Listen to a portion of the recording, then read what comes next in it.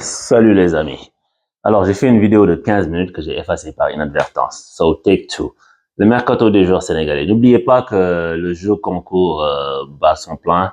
Sur les commentaires, à chaque fois que vous mettez votre commentaire, écrivez je participe. Et avec les vidéos qui vont venir, je vais vous dire quand je vais faire un tirage. Pas tout de suite, mais tous ceux qui vont participer vont être éligibles à des beaux petits prix. Donc, je commente, j'écris je participe.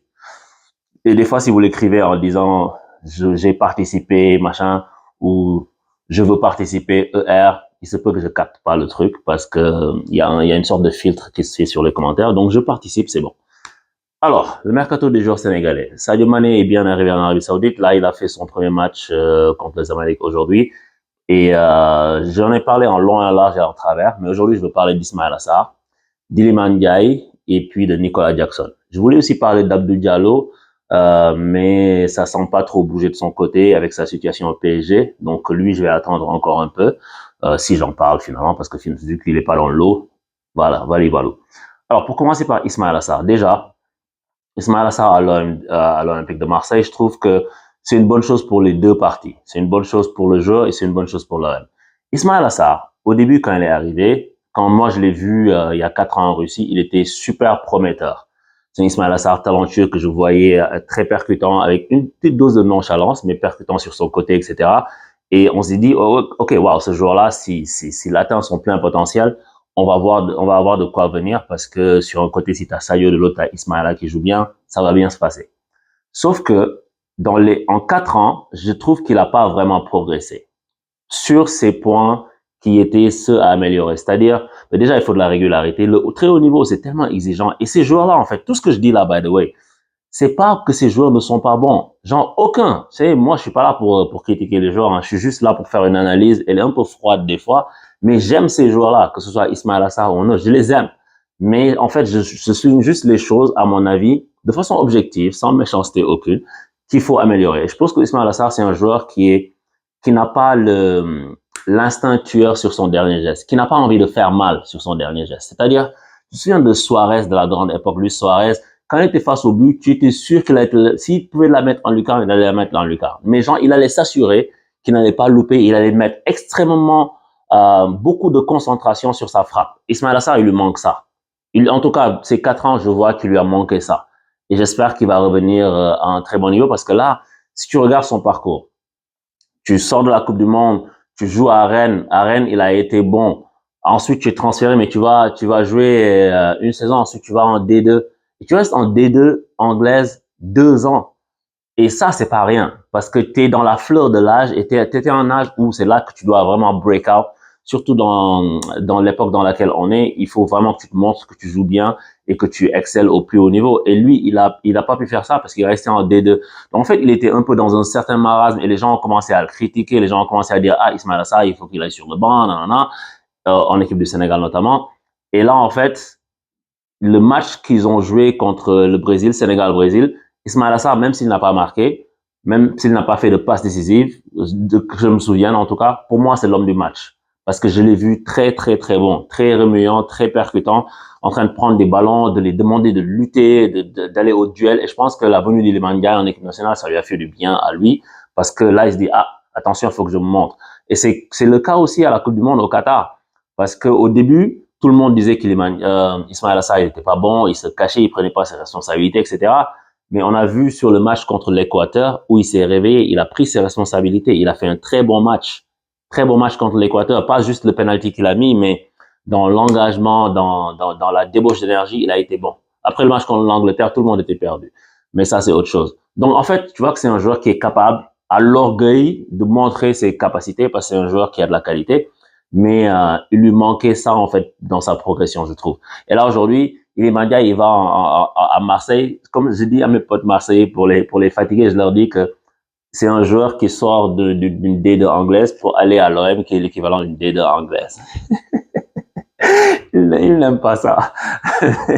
Mais en fait, je pense que c'est une très bonne chose pour lui. Et c'est une très bonne chose aussi pour Marseille qui avait besoin d'un joueur comme ça sur son côté. Sur ses deux côtés d'ailleurs, je vais y venir avec Ilman. Et parce qu'il y a Payet qui part, même si Payet, il était un peu plus recentré ces derniers temps, ces dernières années, plutôt qu'être un joueur sur le côté. Mais je trouve que c'est un bon mariage entre les deux. Maintenant, il va falloir que Ismaël Assar, il en profite vraiment pour que sa trajectoire soit comme ça. Parce que là, tu as l'OM, qui est un club qui est très suivi. Tu vois, il y a beaucoup de passion à Marseille. Les supporters, genre, sont très chauds. Et puis, les médias aussi ont le regard braqué sur ce club-là. En France, il y a deux clubs comme ça. Il y a l'OM et le PSG.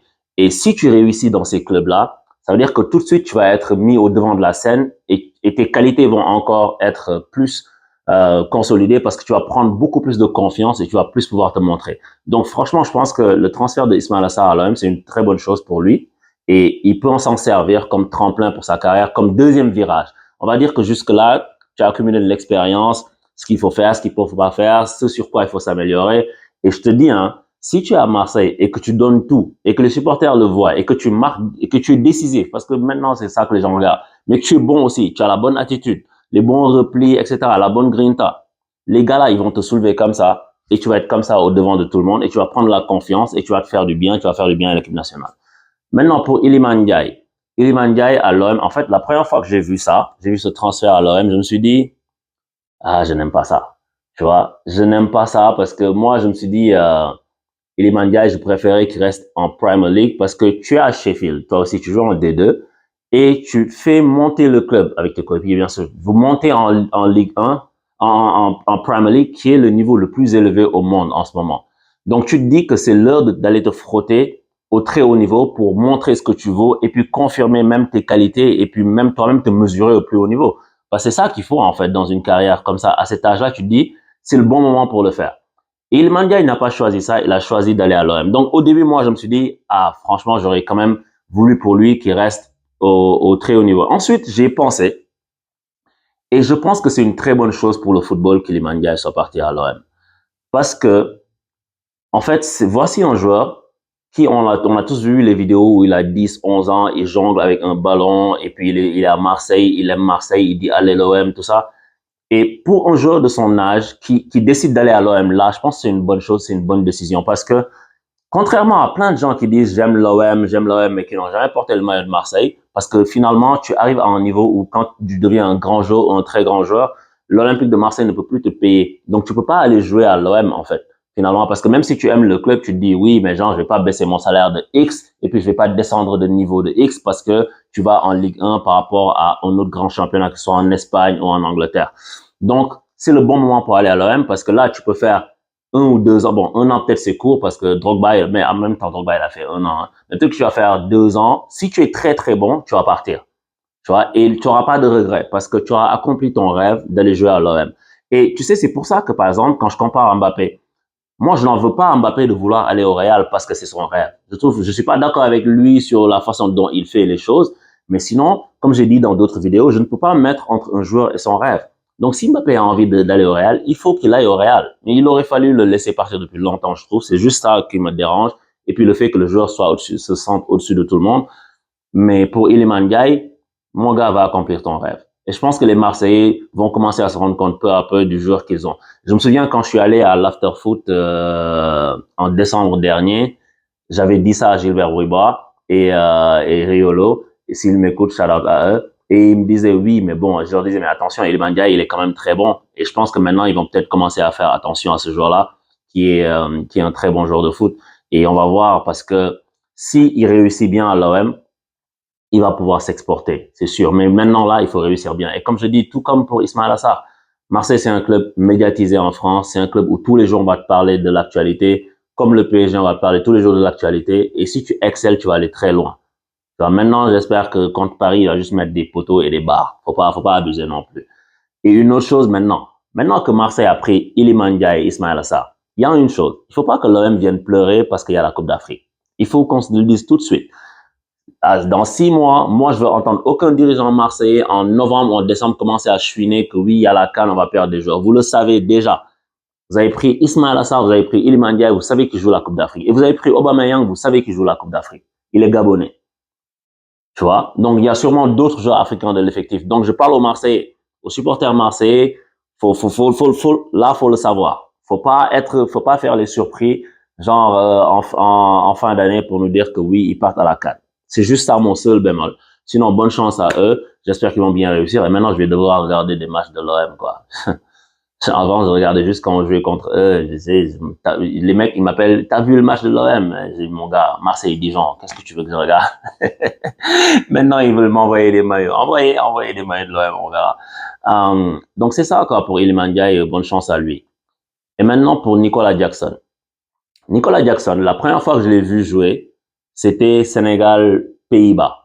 Quand Aliou Cissé le fait rentrer en deuxième mi-temps. Et quand il est rentré, en fait, je me suis dit, c'est qui ce joueur? Il faisait pas un contrôle, il n'arrivait pas à faire une passe correcte. Bon, après, les gens m'ont dit oui, il est rentré, c'est pas sa position. Comme je dis, je connaissais pas le joueur parce que c'est pas comme il y a plusieurs années où j'avais le temps de regarder 20, 30 matchs par semaine. J'exagère. Mais, tu sais, travail, tout ça, t'as moins le temps de regarder les matchs, donc je connaissais pas le joueur. Et ma première impression, c'était celle-ci. C'était genre, c'est qui ce joueur? Qu'est-ce qu'il fait là? Mais sans jamais être définitif parce que je le connaissais pas. Donc, j'ai vu un peu en Espagne, il évolue, tac, ok, fine, j'ai regardé les bouts de match aussi, j'ai pas trop suivi. Et là, en fait, je regarde ces matchs de préparation. J'en ai regardé quelques-uns. Et en fait, ce joueur est très prometteur. Il a une abnégation, il a envie de s'imposer à Chelsea et je pense qu'il a un boulevard pour le faire s'il continue comme ça. Son association avec Christopher Nkunku, elle est vraiment bonne, pour l'instant en tout cas. Et je le vois dans la façon dont il est clinique. Le joueur, il fait des bons déplacements, il est incisif et puis il est clinique dans les buts qu'il met, une profondeur, il vient, il met un plat du pied, ras du poteau, sans fioriture, première touche de balle, intérieur du pied, plat du pied, sécurité. C'est ça que tu veux voir chez un attaquant. Et la façon dont il a la débauche d'énergie pour aller chercher le ballon dans les pieds de l'adversaire, venir se battre, venir jouer, combiner le but que Modric marque. C'est un but, c'est un 1-2, je me déplace dans le petit espace, rack, je te paie une raquette, je me déplace, je tourne le dos, tu viens, je te remets la balle dans ta course pour que tu frappes. Très bien. Nicolas Jackson, bien. Prometteur. Prometteur, je suis content de voir que le joueur est comme ça. Maintenant, shout out à mon autre pote Mbaye qui me dit, oui, t'as vu Nicolas Jackson, waouh, c'est fou, c'est dingue. Je dis, les gars, moi, je préfère être un peu tempéré parce que ce ne sont que des matchs de pré-saison. Je ne peux pas m'enflammer sur des matchs de pré-saison. Ça augure des bonnes choses, je suis d'accord avec vous, mais j'attends de voir sur la durée. Je veux pas me précipiter et puis m'enflammer et dire waouh, c'est dingue. Non, on verra. Pour l'instant, c'est une belle chose. C'est de bonnes choses que je vois. J'attends de voir sur la durée ce que Nicolas Jackson va faire, comment il va s'imposer à Chelsea, est-ce qu'il va tenir le rythme sur le long terme. Après, moi, je suis un supporter exigeant. C'est peut-être pour ça. Tu vois, est-ce qu'au fil des mois, il s'affirme vraiment, il s'impose vraiment? C'est tout ce que je lui souhaite. Vraiment, c'est tout ce que je lui souhaite. Et pour que l'équipe du Sénégal, au final, soit un peu plus forte. Maintenant, les gens, quand on regarde, on se dit, OK, l'équipe du Sénégal, ils ont Edouard Mendy, Kalidou Koulibaly, Sadio Mané en Arabie Saoudite. La colonne vertébrale de ton équipe. Tu vois, bon, à part en milieu de terrain. Mais disons, en tout cas, tes trois meilleurs joueurs de ces dernières années à tous les postes sont maintenant dans un championnat mineur. L'Arabie Saoudite, je vois ce qu'ils sont en train de faire. Au début, je disais, quand je faisais la vidéo sur Kalidou Koulibaly, j'avais dit que un seul joueur ne peut pas développer un championnat. I still stand by it parce que ça, c'est la réalité. Mais l'Arabie Saoudite, ils sont en fait, ils ont un vrai projet. Je dis pas que je suis d'accord que les joueurs aillent là-bas. Je dis juste, ils ont un vrai projet parce qu'ils veulent, en fait, équilibrer beaucoup d'équipes, au moins 3 ou 4 pour avoir genre un top 3 ou un top 4 avec de très bons joueurs qu'ils ont pris d'Europe. Maintenant, peut-être que c'est trop tôt pour juger du projet. Peut-être que d'ici 4 ans, 5 ans, le championnat saoudien sera très bon. Mais pour l'instant, en fait, c'est une inconnue. Et peut-être que ça va être bon. Peut-être que ça va être bien pour Sadio Mané. Moi, déjà, le revoir sourire, pour lui, c'est une bonne chose. Le revoir accélérer, défier l'adversaire et tout, il va reprendre confiance. Ça, c'est une bonne chose pour lui. Et on verra si Kalidou Koulibaly aussi va être au niveau pour l'équipe nationale. Parce que je te parle de l'équipe nationale. Je parle pas juste de la CAN. La CAN, c'est à court terme, là, court moyen terme, on va dire dans 6 mois. Mais ensuite, il faut voir pour la Coupe du Monde 2026 parce qu'ils vont être à un certain âge déjà. Et si tu n'as pas l'habitude de jouer à un certain niveau, je ne sais pas. Donc, je ne sais pas ce que Aliou Cissé a discuté, de quoi Aliou Cissé a discuté avec eux et ce qui va être pris comme décision au niveau du modelage de l'effectif. Mais j'espère qu'on aura de bonnes choses. En attendant de voir si Diallo il va trouver un club parce qu'il lui faut un club parce que c'est un bon défenseur. J'espère qu'il va pouvoir s'imposer dans un club de haut niveau et puis faire en sorte que l'équipe nationale aille bien. Donc, c'est ce que je voulais partager avec vous aujourd'hui. Je sais pas combien de temps ça fait là, parce que tout à l'heure, j'ai parlé 15 minutes hier pour rien. Mais continuez à participer. Et puis, j'ai oublié, sinon je vais rajouter le quiz. Je vais ajouter un quiz prochainement. Donc, pour ceux qui vont trouver aussi pour le quiz, je participe et puis la solution au quiz, vous serez dans le tirage au sort. Ciao!